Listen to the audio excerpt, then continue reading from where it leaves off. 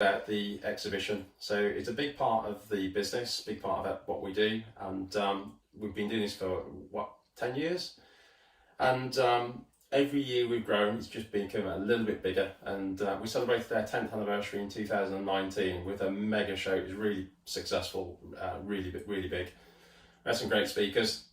However, with the pandemic, and particularly we was only months away from that exhibition, from the 2020 exhibition, so just put that in context, I think we were only 3 months out from the Made in Yorkshire exhibition, so it was a challenge, would be the understatement of the year. So we decided to pivot to digital. We didn't do what other people have done, which is like, we'll just delay it. The exhibition provider said to us, "Oh, just cancel it until December." And with hindsight now, that was actually insane, because if we'd postponed this exhibition to the winter during the actual epicenter of this pandemic, it would have been probably a business ruiner. It could have even put us out of business. So we decided to pivot purely to digital out of necessity. I can't say that we would have deliberately changed a successful business model if this hadn't happened, but because it did, we decided to pivot towards this sort of digital exhibition. I was a little bit skeptical when we first did it. I didn't like any of the software apps that were out there that are already kind of within that space. So we built our own. Because we only had 3 months, it was a kind of real challenge to build something of quality. We built something which I think replicated some of the experience, not all of it. But I think the highlights were, we had the best speaker lineup we've ever had. We had director of Brompton Bicycles, director of Williams Formula One. We had some really, really big names. We had the Airbus. We had some, kind of mega names supporting the exhibition and supporting what we was doing. So that was definitely positive. We were able to give people the data, people who visited the stand, which was a positive. There were some things that didn't work as well as we wanted them to, and I think that can partially be explained by the short time frame that we had to build this. One thing I was particularly proud of, and I think the whole team can be proud of, was this book. So this was a time capsule of 2020. We produced this with absolutely no advertising whatsoever, so it's all free content. That was mailed out to 5,000 people, and you can see that's a really heavy publication, so it wasn't cheap. And thank you to the NHS for backing Britain, which is obviously one of their straplines, one of their key messages, which is actually supporting the industry is just as important as supporting ourselves.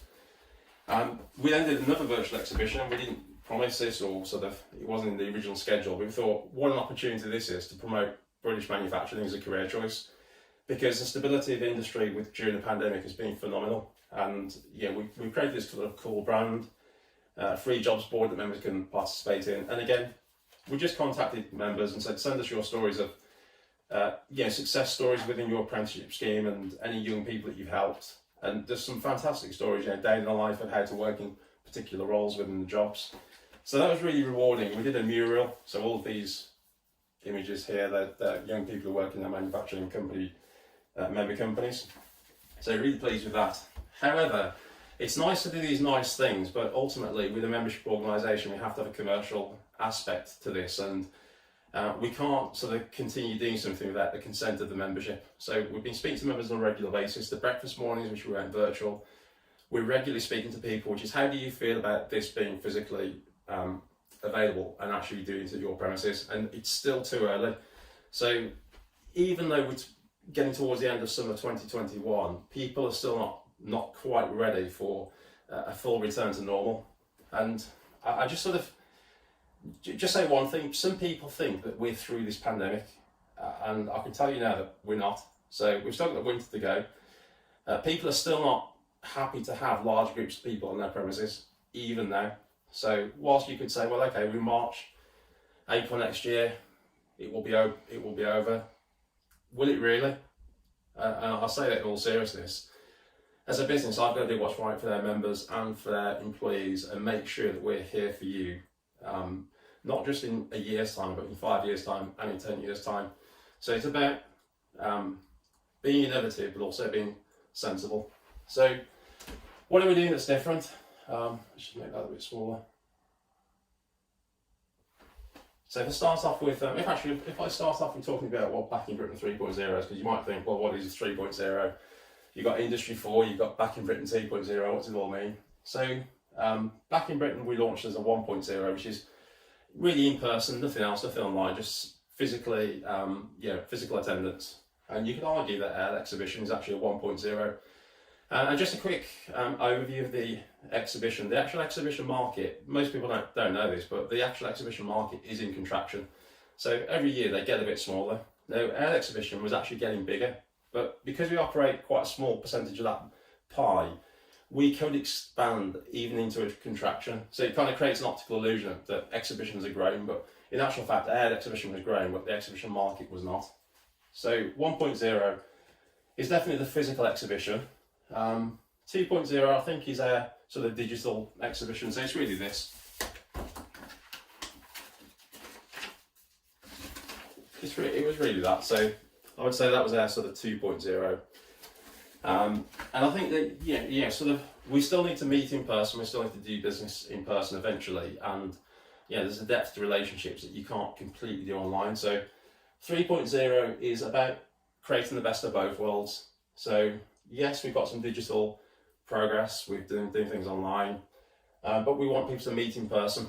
So it's taking the best elements of both of those. So if I just showed you this graphic, so we've got 3 face-to-face events. So traditionally our exhibition is just one day. So in the Midlands it is a Rico Arena, full day. Leeds Football Club, kind of full day. And we get so many people that come through to the exhibition, but realistically, if you're the exhibitor, you might not, there might be 1,000 people through the door while you're there, or maybe more if it's the Midlands, but you're not speaking to 1,000 people. So there's only so many conversations that you can have, and there's only so many meaningful conversations that you can have.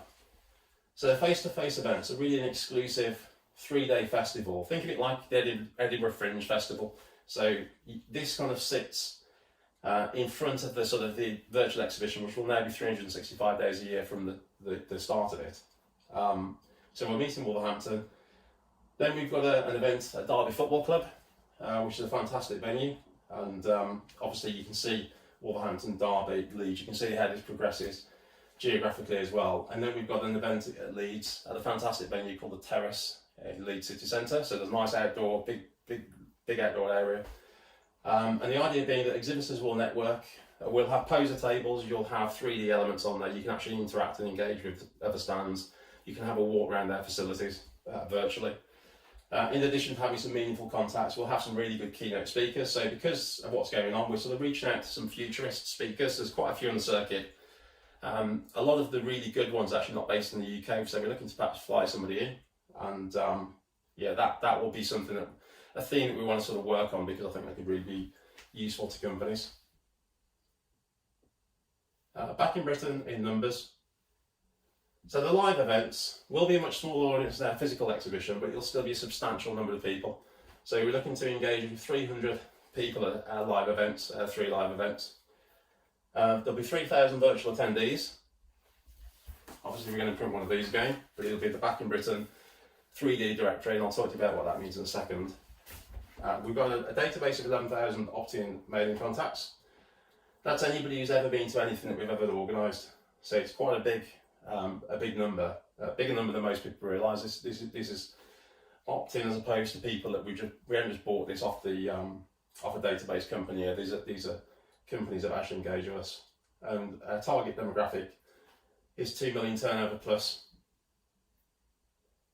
So you're probably wondering what this Masterport logo is doing. So I've got the Masterport camera here. I don't know if anybody ever goes on Rightmove or estate agent websites, but these really kind of grew exponentially during the pandemic as an alternative way to view properties. So you can set one of these up, you can do a viewing remotely, and you can have a look around the house, make a bid, and the estate agent is able to probably charge a bit of a premium for the listing. However, there are companies in Australia and the USA that have started to realise actually this would be quite good in a manufacturing facility. So you can almost imagine having a 3D walk around of perhaps a machine, a product, perhaps the factory itself, or maybe a small part of the factory, or perhaps a boardroom, or perhaps even take it to a physical exhibition that you're exhibiting at and capture that moment. So you can, using Masterport, completely replicate the visual experience of being somewhere. Yes, you can't touch it, you can't pick it up, but you can actually see it within, I think it's something like 1 centimetre, 1% measurement distance. So this is actually a laser camera. It's not like a Polaroid or a standard camera that you think of. The way it works is you've got, I think it's 8 cameras in total here, and that spins around using an iPad, so it'll automatically spin around. It'll take the entire room up and down, and then it knits it together in the software, which we've got a subscription for. So the idea being that we're going to go out and visit, by the way, this is an absolutely massive job. We're going to try and visit 200 companies with these Matterports, so a member of our team will go. And we're going to stitch these things together and actually make it work within the Back in Britain 3.0 platform. However, we wanted to add value to members, so we don't just want it to be part of what we're doing. We think there's value in you having this sort of data within perhaps Google business page, your own website, and giving your sales team a tool to sell in post-COVID environment. So a lot of people are waiting for a return to normal, but the smart companies are adapting. So how can we sell, how can we market, how can we promote our business post-pandemic or even during the pandemic? Because if this happens again, what are we going to do? So we've got to be ready, and that's what we're about. We're an innovation active company. We represent innovation active companies. We're not really prepared to be dragged back into the past. We want to move into the future. So I need people to trust what we're doing. We are doing something which will add value to the membership, and anybody who wants to be part of this movement, obviously get in touch with our team, and any questions, get in touch with me.